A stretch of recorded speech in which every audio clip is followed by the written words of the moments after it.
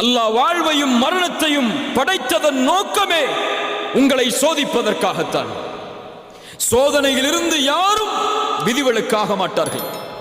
பாவிகள் மட்டும்தான் இந்த உலகத்தில் சோதிக்கப்படுவார்கள் என்றால் நபிமார்கள் ஏன் சோதிக்கப்பட்டார்கள்? அல்லாஹ்வுடைய தூதர் சொன்னார்கள், இந்த பூமியிலேயே அதிகமாக சோதிக்கப்பட்டவர்கள் நபிமார்கள் தான் என்று. அல்லாஹ் சோதிப்பான். சோதனைக்காகத்தான் இந்த உலகம்.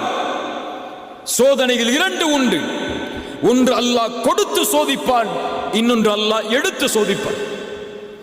அல்லாஹ்வுடைய விதியை பொறுத்தவரை கொடுப்பதும் சோதனைதான், எடுப்பதும் சோதனைதான். சொல்லுங்கள், அல்லாஹ்வுடைய விதியை பொறுத்தவரை கொடுப்பதும் சோதனைதான், எடுப்பதும் சோதனைதான். ஆழமாக உள்ளத்தில் பதிய வைக்க வேண்டும்.